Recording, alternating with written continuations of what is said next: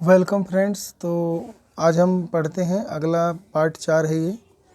तो यहाँ पे हम पढ़ेंगे नाउन। तो नाउन के हम दो टाइप पढ़ेंगे, काउंटेबल नाउन और अनकाउंटेबल नाउन क्या होता है, इनमें डिफरेंस जानेंगे। काउंटेबल नाउन, काउंटेबल मतलब काउंट यानी गिनना। तो ऐसे नाउन जिसको आप गिन सकते हो, गिनती कर सकते हो, तो वो होते हैं काउंटेबल नाउन। और अनकाउंटेबल नाउन वो होते हैं जिसको आप गिनती नहीं कर सकते, नोट काउंट। तो काउंटेबल नाउन में लिखा है कि कंसीडर्ड एज इंडिविजुअल। इसके अंदर वो नाउन होते हैं जिस पे हम विचार कर सकते हैं कि वो इंडिविजुअल हैं, यानी वो अलग अलग हैं, भिन्न भिन्न हैं, व्यक्तिगत हैं। और सेपरेबल आइटम्स यानी ऐसी चीज़ें जो आपस में सेपरेट हो सकती हैं, अलग हो सकती हैं, सेपरेबल आइटम्स हैं, तो उनको बोलते हैं काउंटेबल नाउन। तो इनके आगे आर्टिकल्स जो होता है वो कौन सा आ सकता है, तो इनडिफिनिट आर्टिकल ए और एन का प्रयोग हो सकता है जब ये सिंगुलर हो, तो इनके आगे आर्टिकल का प्रयोग हो सकता है। प्लूरल होने पे इनके आगे जो है आर्टिकल का प्रयोग जो है वो नहीं होता है। ठीक है, तो प्लूरल होने पे इनके आगे आर्टिकल का प्रयोग नहीं होता है। कुल मिलाकर जो ये काउंटेबल होते हैं इन्हीं के सिंगुलर प्लूरल दोनों होते हैं। तो सिंगुलर नाउन से पहले आप इंडेफिनिट आर्टिकल ए और एन लगा सकते हो।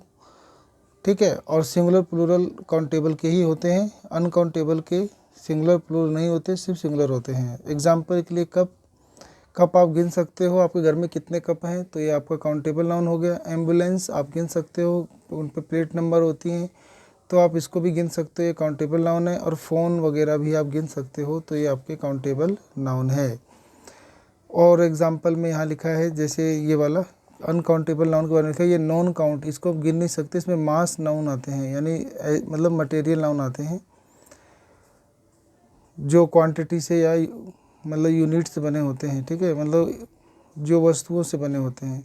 तो कैन नॉट बी सेपरेटेड, हम इनको अलग नहीं कर सकते। एंड काउंटेड, इसको गिन नहीं सकते। एज इंडिविजुअल यानी व्यक्तिगत तौर पे, अलग अलग यूनिट के तौर पर, एलिमेंट के तौर पर इसे हम नहीं गिन सकते या तोल सकते हैं। ठीक है, इसे हम नाप तोल तो सकते हैं, बस गिन नहीं सकते।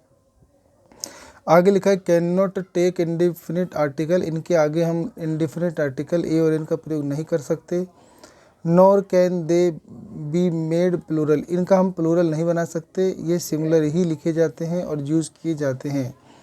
जैसे टी माने चाय, चाय एक आपका सिंगुलर होता है, इसको हमेशा टी को टी ही लिखते हैं, टीज नहीं लिखते। ठीक है, ऐसी इन्फॉर्मेशन भी आपका सूचना है, ये सूचना भी आपका अनकाउंटेबल है, इसे आप मतलब गिन नहीं सकते, यानी एब्स्ट्रैक्ट नाउन हो गया इन्फॉर्मेशन ना।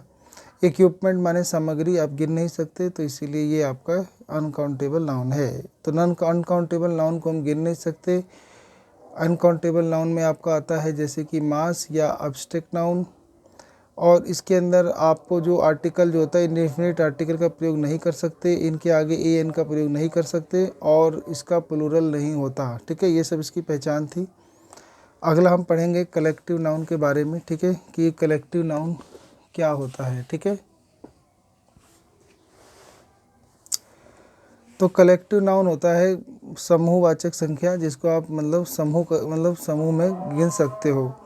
कलेक्शन और group of multiple people, animals और थिंग्स, इसके अंदर कलेक्शन आता है ग्रुप ऑफ मल्टीपल पीपल, यानी कई प्रकार के लोगों का समूह होता है, या जानवरों का समूह होता है, या वस्तुओं का समूह हो सकता है। Singular works in a sentence, ये सेंटेंस में सिंगुलर की तरह काम करते हैं, यानी वन थिंग्स, यानी एक चीज़ को डिनोट करते हैं। अगला है जैसे कि the flock of birds flew south for the winter, तो जो कह रहे हैं पक्षियों का जो झुंड होता है वो उड़ जाता है सर्दियों में, दक्षिण में उड़ जाता है। तो ये जो है आपका फ्लोक, ये आपका एक मतलब क्या है, एक कलेक्टिव नाउन है। ऐसे लिखा है the set of table clothes has disappeared, तो कह रहा है कि जो सेट थे टेबल क्लॉथ्स के वो गायब हो चुके हैं। तो यहाँ पे जो ये सेट है ये आपका एक ऐसा नाउन है, ये आपका कलेक्टिव नाउन है।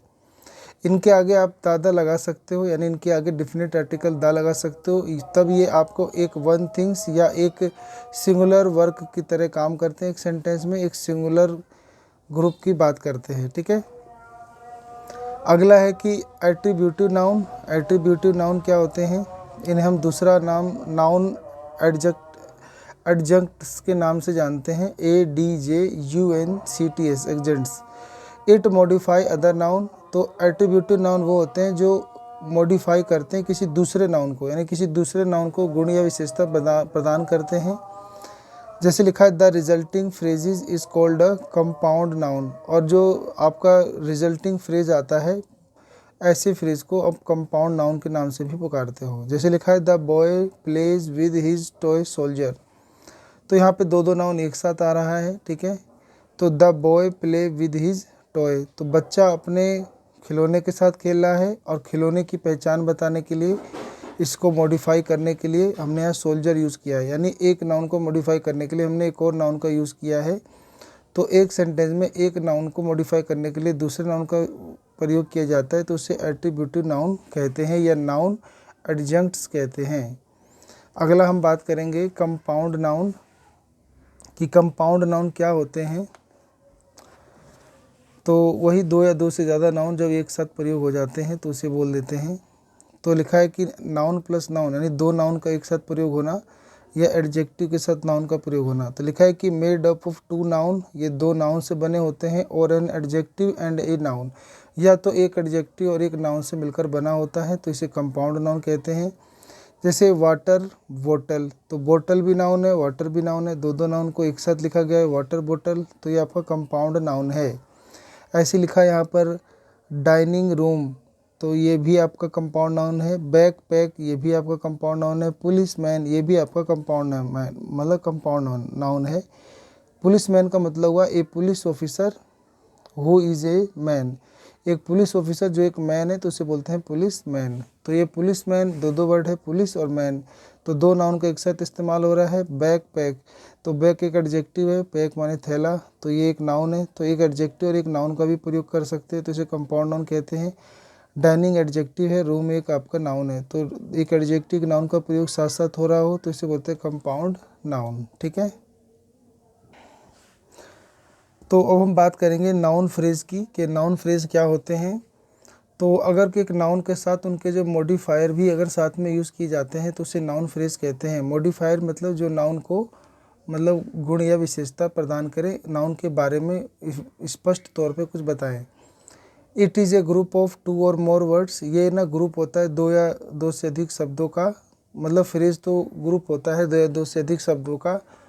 That function together as a noun, जो मिलकर एक नाउन की तरह काम करता है। इन ए सेंटेंस, एक सेंटेंस में जब कुछ ग्रुप ऑफ वर्ड मिलकर एक नाउन की तरह ही व्यवहार करते हैं, काम करते हैं, तो उन्हें नाउन फ्रेज कहते हैं। ही बाउट, तो मान लो लिख दिया ही बाउट ए मैंगो, उसने एक आम खरीदा, तो ए मैंगो क्या हो गया, एक नाउन हो गया। ऐसे ही हमने यहाँ पे लिखा है ही बाउट द शोवल, उसने एक शोवल खरीदा, शोवल माने फावड़ा खरीदा। तो यहाँ पे जो फावड़ा खरीदा और फिर इसके बारे में और सूचना दी गई है कि फावड़ा के बारे में और सूचना दी गई है। तो he bought the shovel with a blue handle, तो कह रहा है उसने एक फावड़ा खरीदा एक नीले हैंडल के साथ। तो यहाँ पे जो विद द ब्लू हैंडल है ये एक मॉडिफायर है जो इस नाउन को मॉडिफाई कर रहा है। तो इसके आगे दा लगा है तो ये भी मॉडिफाई कर रहा है, तो इस नाउन को ये भी मॉडिफाई कर रहा है, ये भी मॉडिफाई कर रहा है। तो इस पूरे ग्रुप ऑफ वर्ड को, जिसमें नाउन के साथ जो उनके मॉडिफायर भी शामिल कर ली जाए, तो इस पूरे ग्रुप ऑफ वर्ड को कहा जाता है नाउन फ्रेज। तो यहाँ से लेकर the shovel with the blue handle, ये आपका पूरा नाउन फ्रेज है। तो उम्मीद करता हूँ नाउन फ्रेज समझ में आ गया होगा। अगला है नोमिनाइजेशन। तो नोमिनाइजेशन मतलब होता है क्रिएशन नाउन। नोमिनाइजेशन में हम क्या करते हैं कि हम एक वर्ब से या एडजेक्टिव से हम एक नाउन उत्पन्न करते हैं। तो लिखा है creation of a noun from verb और एडजेक्टिव्स सफिक्स, कह रहा है कि हम ना इसमें क्रिएशन यानी उत्पन्न करते हैं, हम नाउन बनाते हैं वर्ब्स की मदद से या एडजेक्टिव्स की मदद से, हम कुछ सफिक्स लगाकर। सफिक्स होता है कि उसके पीछे कुछ प्रत्यय लगाकर, ठीक है। तो जैसे वर्ब है, जैसे एक्ट, वर्ड है यहाँ पे वर्ड एक्ट, एक्ट एक वर्ब होता है, ठीक है। अगर हम इसमें ईआर लगा दें तो बन जाता है एक्टर, या ओआर लगा दें तो बन जाता है एक्टर। तो ओआर लगाने से एक्टर बन गया, और ये एक्टर क्या है, अब एक्टर एक नाउन है। एक्टर माने होता है नायक या हीरो। तो वर्ब में जैसे एक्सेप्ट है, एक्सेप्ट माने स्वीकार करना, और फिर हमने इसमें एक वर्ड जोड़ दिया एएनसी, एक्सेप्टेंस, तो ये एक नाउन हो गया, ठीक है। ऐसी डिफ़िकल्ट से डिफ़िकल्टी बन गया और हार्ड से हार्डनेस बन गया। तो हमने यहाँ पर इस वर्ब में या ये जो एडजेक्टिव थे डिफ़िकल्ट और हार्ड, इसके अंदर हमने कुछ वर्ड जोड़ दिए, डिफ़िकल्ट में वाई जोड़ दिया तो नाउन बन गया, और हार्ड में नेस जोड़ दिया, हार्डनेस एक नाउन बन गया। तो अगर हम वर्ब में और एडजेक्टिव में कुछ सफिक्स यानी पीछे कुछ वर्ड जोड़ के अगर हम उसको नाउन में चेंज कर देते हैं तो इसे बोलते हैं नोमिनाइजेशन, यानी क्रिएटिंग नाउन। नोमिनाइजेशन में हम नाउन को क्रिएट करते हैं वर्ब और एडजेक्टिव की मदद से। ठीक है, तो उम्मीद करता हूँ कि यहाँ तक तो आपको समझ में आ गया होगा। ठीक है, तो मिलते हैं अगली वीडियो में। आप सबका अपना कीमती समय देने के लिए धन्यवाद।